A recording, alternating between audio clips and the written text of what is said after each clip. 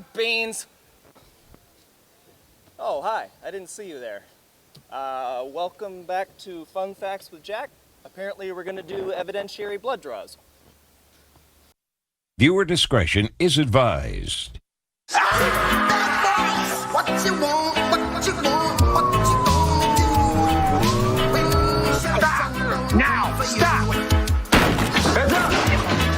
Bad boys, what you gonna do? Smell some marijuana, I'm a marijuana smoker! What you gonna do? Hold it! Cops is filmed on location with the men and women of law enforcement. All suspects are innocent until proven guilty in a court of law.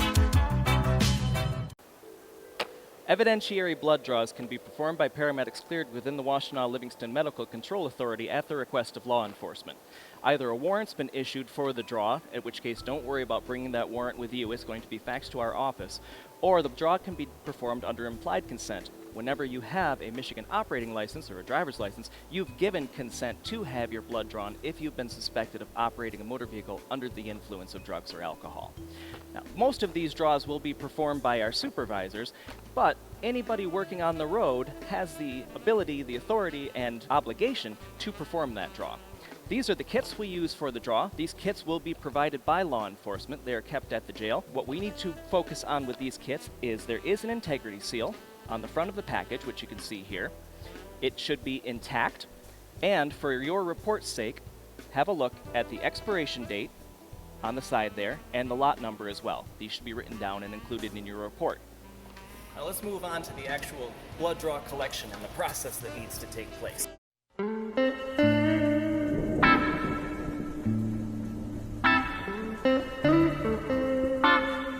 As you can see, the kit is provided by law enforcement. It is sealed.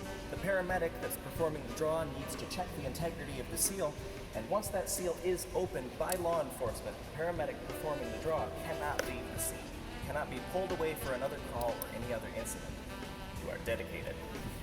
Once the box is opened, you can see what's inside. We have 2 vacutainers in a cardboard sleeve, 2 urine collection cups, which will be discarded, a providone iodine swab, and our seals.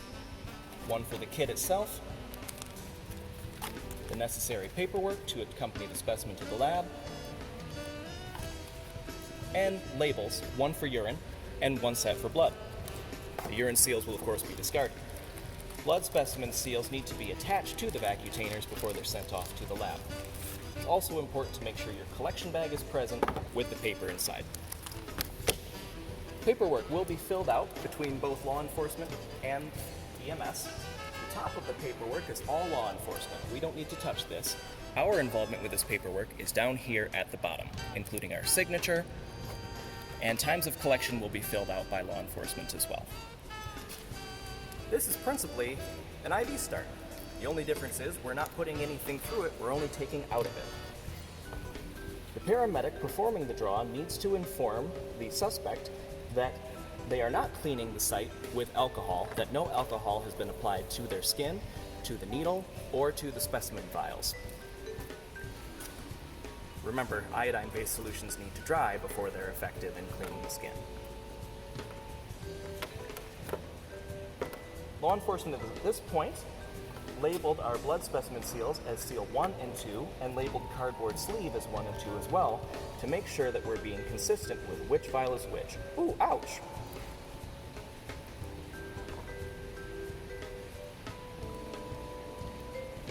When the blood draw container is applied to our butterfly, it will fill itself automatically with the amount of blood required.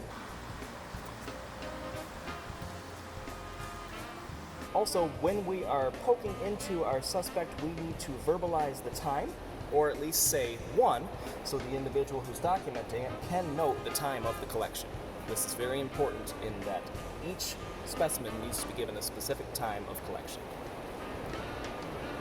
Now it's working.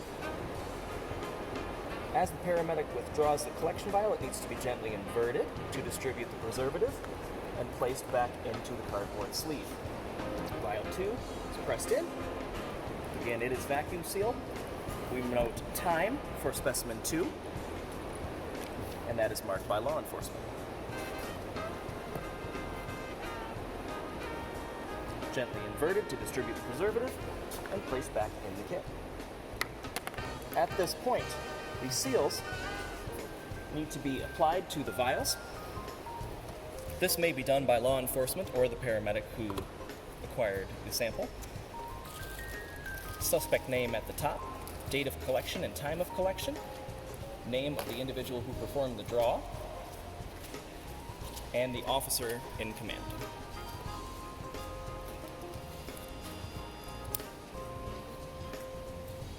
These labels are then applied to the vials, which have been kept in order. Seal number 1 on vial number 1, and seal number 2 on vial number 2. At this point, the specimens in the cardboard are placed back into the shipping bag, which is going to be sealed up.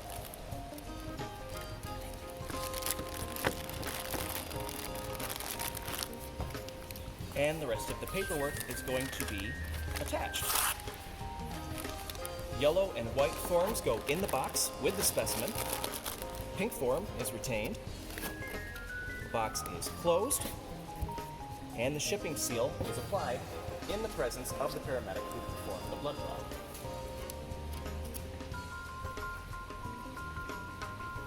This then needs to be initialed by both the officer in command and the paramedic who performed the draw.